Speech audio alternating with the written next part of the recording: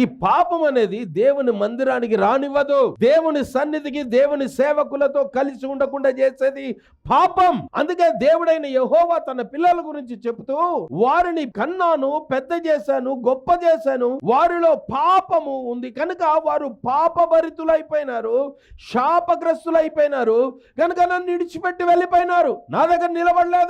వారిలో పాపం ఉంది కనుక నా దగ్గర రాలేదు. వారిలో పాపం ఉంది కనుక నా దగ్గర తండ్రిగా నా దగ్గర నిలబడలేదు. వారు దేవాలయానికి వెళ్ళడం లేదు, దేవుని సన్నిధిలో నిలబడలేదు. అంతేకాకుండా యేసయ్య తన సంఘమును కట్టి ఆయన అంటున్నాడు, ఈ సంఘాన్ని నా ముందు నిలబెట్టుకుంటాను, కానీ ఆ సంఘములో కలంకం ఉండదు కనుక నేను వాక్యం చేత కలంకమును తీసేస్తా. ఆయన బాధ్యత తీసుకుంటాడు.